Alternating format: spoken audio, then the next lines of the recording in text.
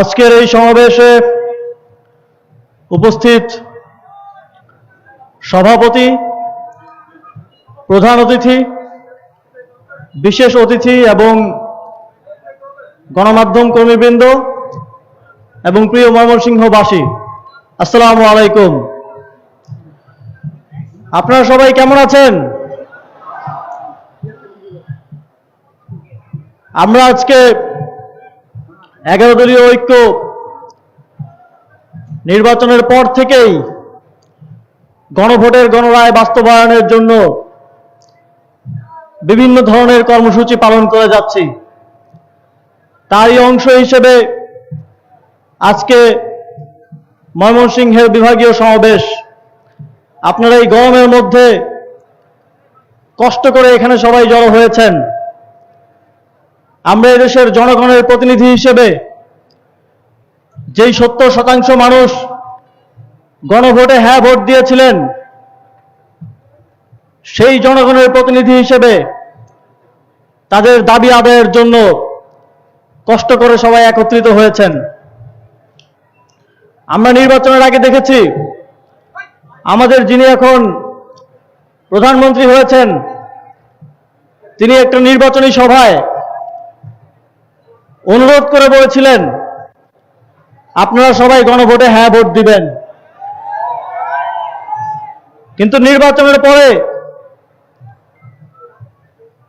সেই গণভোটের রায় বাস্তবায়নের জন্য যেই সংবিধান সংস্কার পরিষদ হওয়ার কথা, সেই সংবিধান সংস্কার পরিষদের শপথ তারা নিলেন না।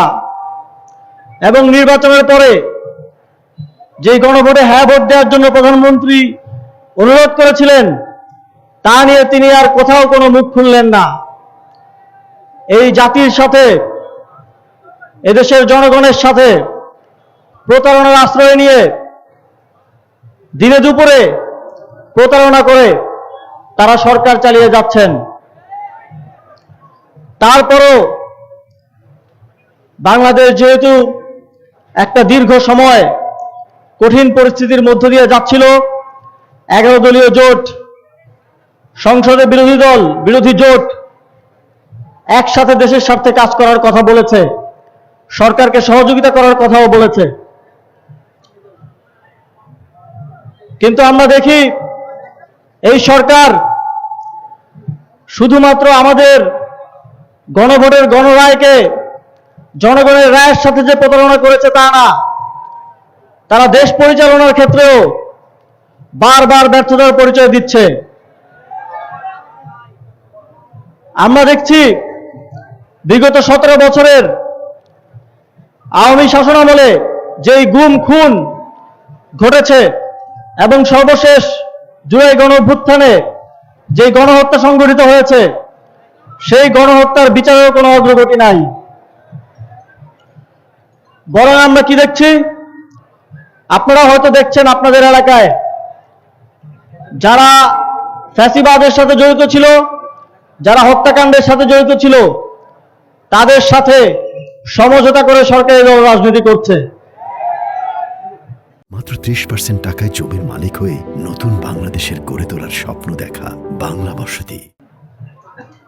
আমরা দেখেছি এই দেশের জনগণের যে জীবন দেওয়ার কারণ গণতন্ত্র এবং এই রাষ্ট্রের একটা সংস্কারের মধ্য দিয়ে একটা সুন্দর বাংলাদেশ গড়ে তোলা, সেই সংস্কার তো সরকার করেই নাই, করছেই না। পাশাপাশি নির্বাচনের আজকে মাত্র 4-5 মাস হলো, এর মধ্যেই বিদ্যুতের দাম বাড়াবো না বলেও রেকর্ড পরিমাণে বিদ্যুতের দাম বাড়ানো হয়েছে। তেলের দাম বাড়াবো না বলেও রেকর্ড পরিমাণে তেলের দাম বাড়ানো হয়েছে। আগে আমার দেশের জনগণ, আমার দেশের মেহনতি মানুষ যেই বাজার 100 টাকা দিয়ে করত, সেই বাজার এখন 150 টাকা দিয়ে করতে হচ্ছে। সুতরাং এই স্বল্প সময়েই বিএনপি কিভাবে দেশ পরিচালনা করবে, কতটুকু তারা সফল হবে, সেইটা কিন্তু আমাদের সবার দেখা হয়ে গেছে। আওয়ামী লীগ অনেক অত্যাচার, অনিয়ম, অন্যায় করেছে। তাদের পতন শুধুমাত্র অত্যাচার, অন্যায়, অনিয়মের জন্য হয় নাই। তাদের পতন হয়েছে দুর্নীতি, দ্রব্যমূল্য বৃদ্ধি, দেশের অর্থনৈতিক খাতকে ডুবিয়ে দেওয়ার কারণে। এই সরকারকে আমরা দেখছি মাত্র 3-4 মাসেই আলহামদুলিল্লাহ তারা ওই একই পথে হাঁটা শুরু করে দিয়েছে। আমরা যদিও বারবার বলি যে আমরা সরকারকে সহযোগিতা করতে চাই দেশের স্বার্থে, কিন্তু সরকার যদি জনগণের বিরুদ্ধে অবস্থান নেয়, জনগণের প্রতিনিধি হিসেবে, বিরোধী জোট হিসেবে আমাদেরকে সরকারের বিরুদ্ধে দাঁড়াতে হতে পারে।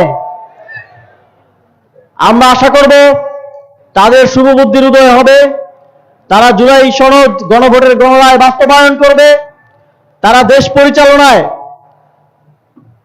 জনগণমুখী হয়ে দেশ পরিচালনা করবে।